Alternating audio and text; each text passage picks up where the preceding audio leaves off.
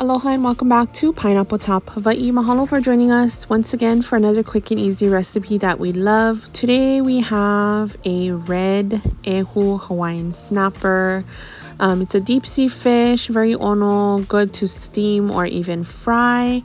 And today we're going to try out a technique that is very popular, but we have never tried it this way before. So we're kind of excited to do it. So first off, we are going to clean and descale our fish. And then we are going to score our fish on both sides, basically meaning putting in some deep cuts to fill it in with some ginger slices. If you're not a fan of ginger, you can leave it out, but we love ginger and garlic. So we're going to stick that into the fish just to make it even more flavorful.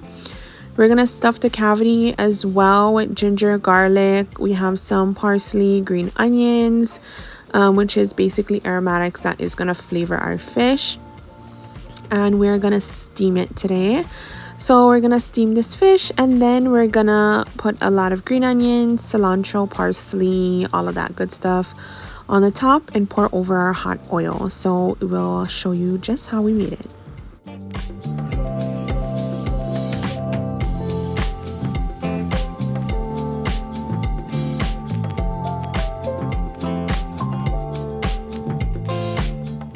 So the way we steamed it was super simple, just in a pot with water and then using a steamer insert and a piece of parchment.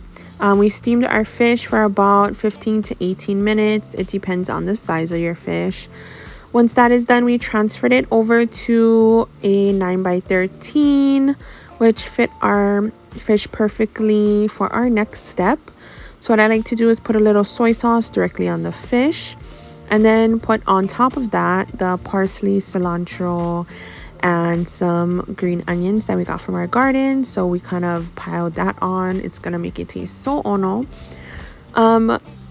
Usually people add on the raw ginger and garlic to the top of that as well.